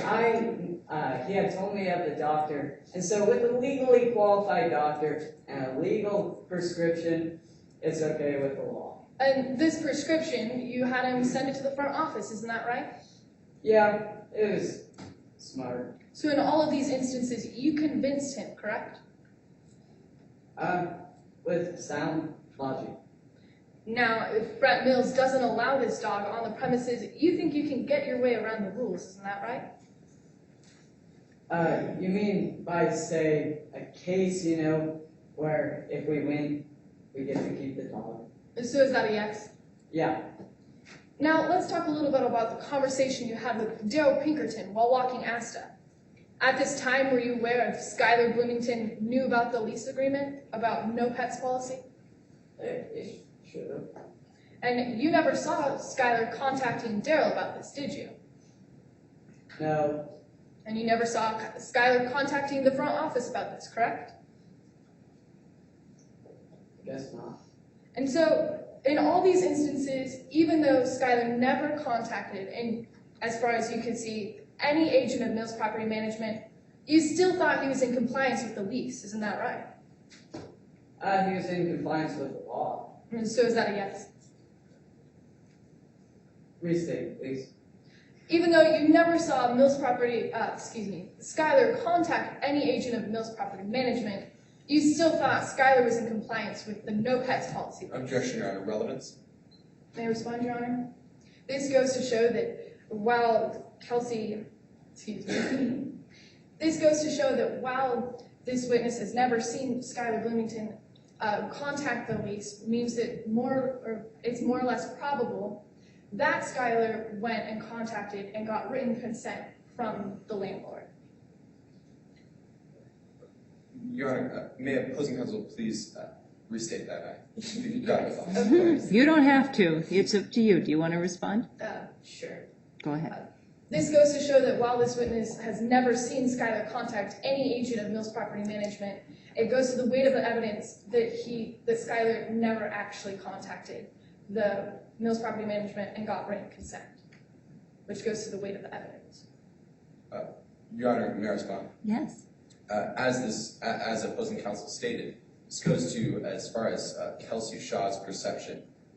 Whether or not Mr. Shaw has seen or hasn't seen Skylar contact the front office doesn't make it more or less likely that Mr. Bloomington has. May I respond? Yes. Your Honor, I believe this goes to the weight of the evidence. All right. I'm going to sustain the objection. Yes. Your Honor, move to strike that portion of the testimony. Granted. Now, let's talk a little bit more about this conversation with Daryl Pinkerton. During this, you said that Asta belonged to a friend, correct? Of course, Skylar's my best friend. So just to be clear, who did Asta belong to? Skylar, my best friend. Exactly. Now, a more accurate way of telling Daryl this would have been to say Asta belonged to Skylar and not just a friend, correct? And Daryl Pinkerton knows about who I'm friends with because he's always watching this. So But that's a yes, correct?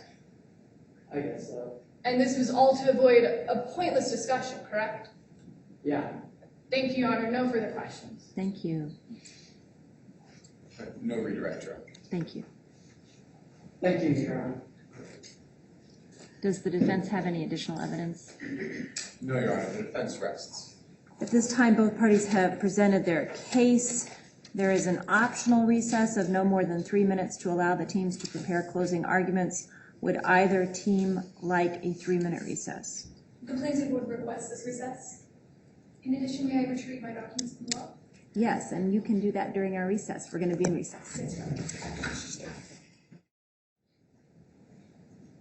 May I proceed? At the beginning of today's trial, my co-counsel asked you what constitutes a reasonable accommodation. Over the course of today's trial, I believe we've shown you one example of a request for accommodation which clearly falls outside these parameters. In jury instruction 11, you'll find the only real issue in today's case, whether or not the burden on the landlord exceeds the benefit to Skylar Bloomington. I believe by the end of today's trial, you will have found that the scales are tipped in my client's favor. But before we can address that, we must first take a look at jury instruction number 6, which states that Skylar Bloomington violated a valid lease agreement with my clients. And here we have Exhibit 1, the lease agreement between the tenant and the landlord. In Section 13, you'll find a clause that says no animals are allowed without prior written consent. The defense does not even try to debate that no written consent was given in today's trial. In addition, Skylar Bloomington violated Article 22, which states that no illegal activity may happen while on the property. Skylar Bloomington was arrested while on the property, as well as given a citation, was the cause of a citation for harboring a dangerous dog. Now, the defense has tried to obfuscate this claim by claiming two things. First, that a waiver or consent was given, and second, that there was discrimination. Let's look at the waiver. We know by Skylar Bloomington's own testimony that she lied to Brett Mills about ever owning a dog. She didn't go back to correct her mistake either. Instead, by his story, he went to the assistant manager. He is the only one in today's court who can actually testify to that interaction. Not Skylar, not Kelsey. Neither Skylar or Kelsey can say that they informed Daryl Pinkerton that that dog belonged to Asta either, that Asta belongs to Skylar either. Now, the defense has also claimed discrimination on my client's part, but we heard additional testimony from Brett Mills that everyone signs the exact same lease agreements when they live on River Point apartment complex. And Brett Mills might have been willing to give a medical accommodation for Ms. Bloomington if only she had asked. This brings us to jury instruction 8, that the defense must prove that Brett Mills discriminated against Skylar Bloomington because of her disability and that her companion animal was a reasonable accommodation. Let's look at assertion 1, that Skylar Bloomington has a disability. Dr. Fletcher talked about the 77% accuracy rate on the test he used. He can't be sure that his client is actually suffering from a mental disability. And then you also heard that it took him exactly 2 weeks to diagnose her with a companion animal. Ask yourselves, did that really give the medication and psychotherapy we heard about earlier a fair chance? So finally, everything comes down to the assertion that the companion animal Skylar Bloomington has is a reasonable accommodation. This is the only real issue in today's case. I'll be back in a minute to explain why Brett Mills has a greater hardship than Skylar has benefit from this animal. Thank you.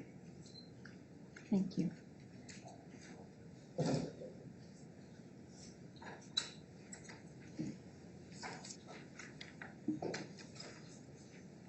May I proceed? Your Honor, counsel, members of the jury, refusing reasonable accommodation because of a disability is what the law calls unlawful discrimination. During her closing statement, Ms. Cheney brought your attention to a lease agreement, but the law has more to say about that agreement between Mills Property Management and my client. The judge will instruct you, according to jury instruction 7, that we, the defense, have to prove only one of 2 affirmative defenses in order to prevail. And today, we have proved both. The law states that Mills Property Management has waived their right to claim a breach in the lease agreement if we show that Mills Property Management knew of the presence of the dog, they spoke or acted in such a way that my clients reasonably construed as their wavering consent, and that Skylar acted in reliance on the landlord's actions. So, did Mills Property Management know about the dog? Well, Daryl Pinkerton admitted to seeing the dog when Skylar was walking Asta around the properties. Mills Property Management was also put on notice when Skylar told the assistant manager that he had a dog on the property and gave her this letter from Dr. Fletcher detailing how the dog was treatment for a bipolar disorder. So what did Mills Property Management do? Well, when Daryl Pinkerton saw the dog, he raised no objections. When the assistant manager was notified about the dog, she also raised no objections. Do you remember how adamant Mills Property Management had been about this no animals policy when they discovered that Skylar had a bird in his apartment?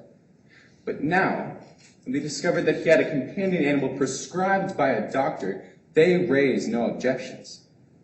Daryl Pinkerton himself said today that when he continued to see Asta being walked around the properties, he assumed that Mills Property Management had consented to the dog.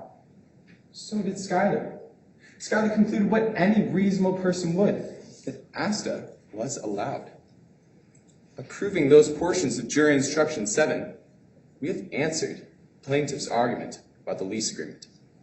But both jury instructions 7 and 10 go on to describe unlawful discrimination. In the first place, we must show that Skylar is suffering from a disability. You've heard from Dr. Fletcher. He diagnosed Skylar with bipolar disorder in March of 2017. You've heard from Skylar himself about the symptoms of this disorder. Now, jury instruction 10 defines unlawful discrimination as when a landlord refuses reasonable accommodation that a disabled person needs in order to use a dwelling. There's no question Mills Property Management is denying this accommodation. The question is whether or not it is reasonable to do so. Jury instruction 11 refers to this reasonableness. It has you weigh between this accommodation, the benefit to Skylar versus the burden on the landlord. So what was the benefit for Skylar? Well, you heard Skylar testify today that Asta has given him a life again. He hasn't suffered a manic high ever since he got her. Dr. Fletcher also testified that removing Asta could have catastrophic results. So Skylar needs Asta in order to live a normal life. But what about the burden on Mills Property Management? The plaintiff would have you believe that Asta destroyed Skylar's apartment and bit Daryl Pinkerton, but the evidence tells a different story.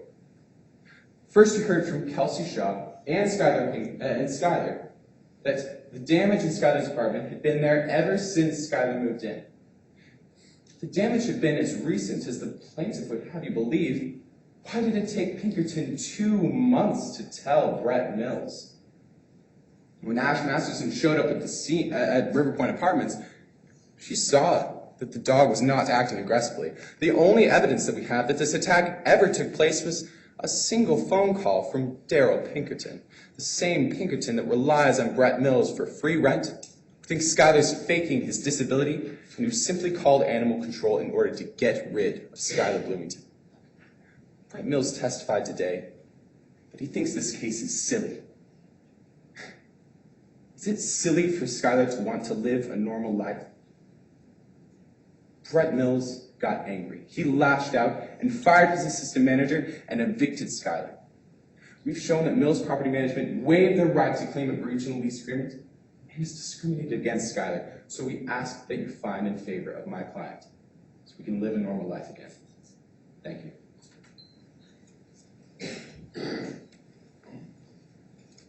Any rebuttal? Yes, Your Honor.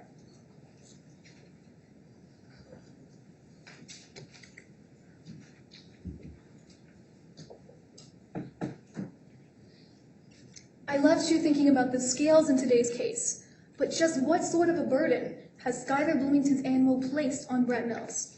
We showed you Exhibit 10, the damage done to Skylar Bloomington's apartment. Daryl Pinkerton and Brett Mills testified that the apartment smelled strongly of urine, that there were scratch marks as if an animal had been there. Does this really seem like years of natural wear and tear?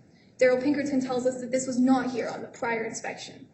In addition, we also showed you that Brett Mills is facing a heavy legal penalty.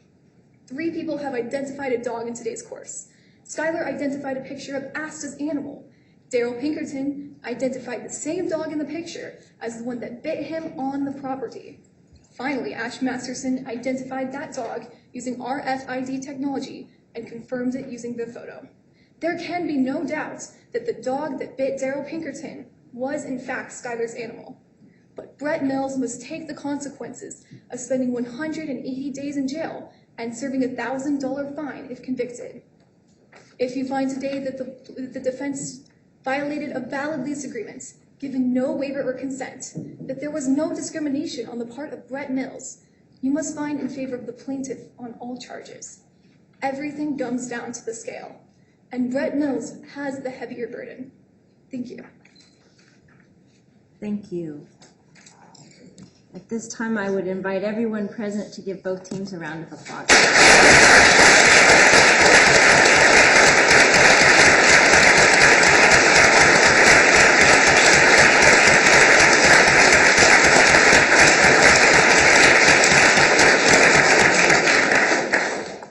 We need to collect the timekeeping sheets, and then I need to inquire if there were any timing violations. No, Your Honor. All right. We're going to retire and fill out our score sheets and select outstanding witnesses and attorneys from the round, and we're going to come back in hopefully no more than 15 minutes. Welcome back, everyone. Please be seated.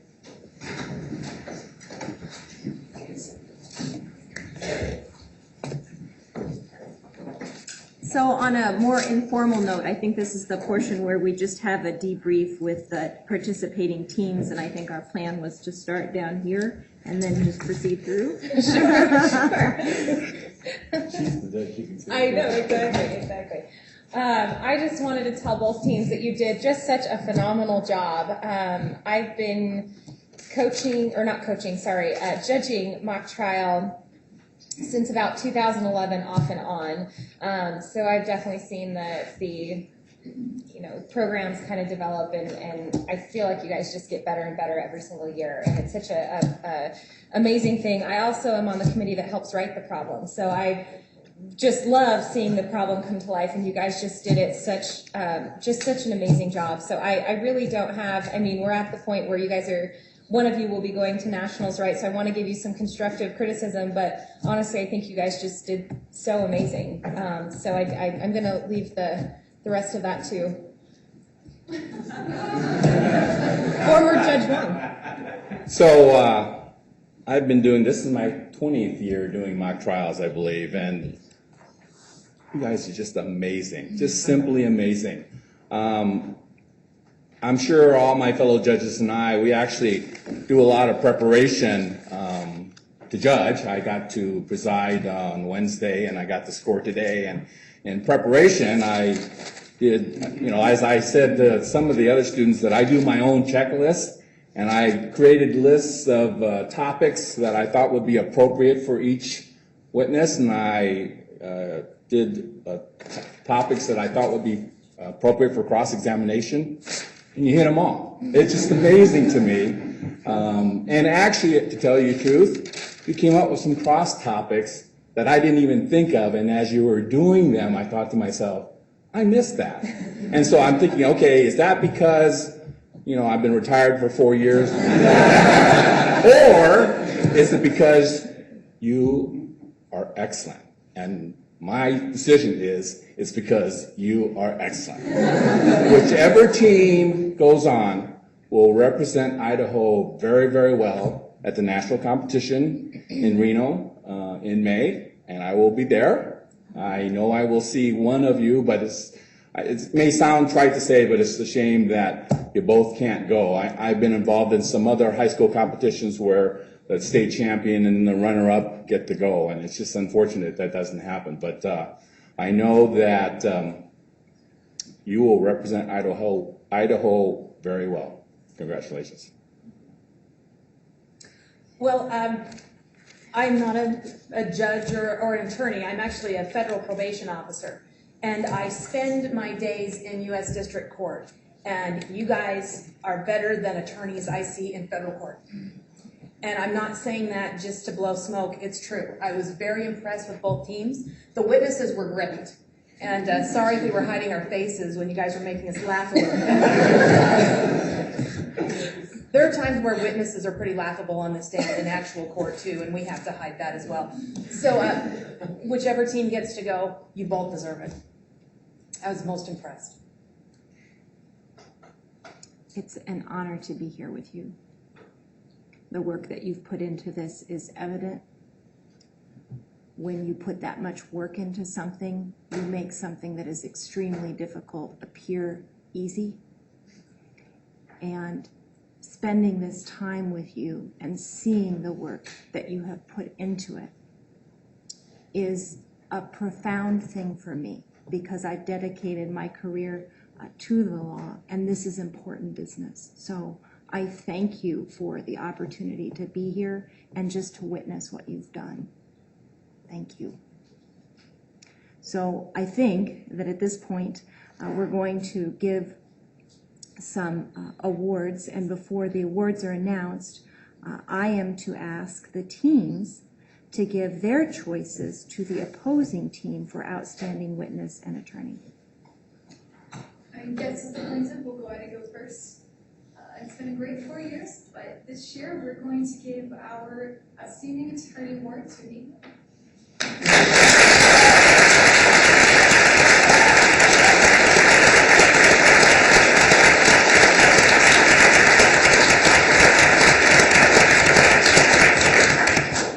And our outstanding witness award goes to Josiah Rapp.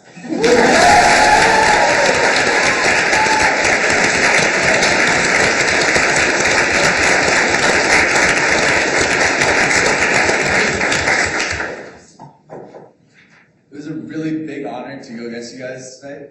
So our star attorney is Court Cheney.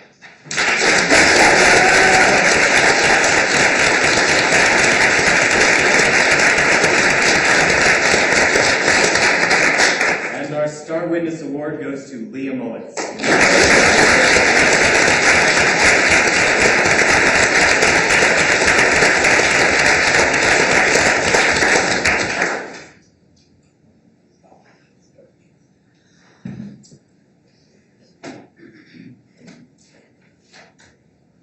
And a round of applause for our judges.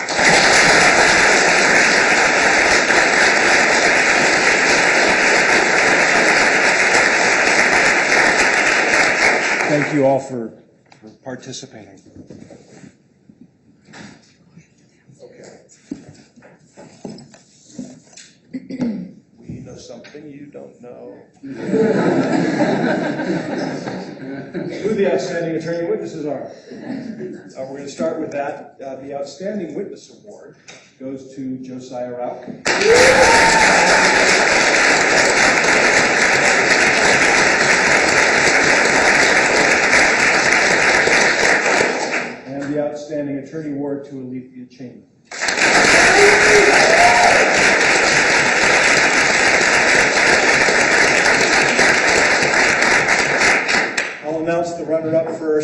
And again, this was, we could go on and on too. You know, writing the case, we like to see how you play it out, how the witnesses come out, and this was just fun to watch. You did a great job. It was very entertaining, and again, you made it close. It was a split ballot. The runner-up this year is the Emerald team from Logos.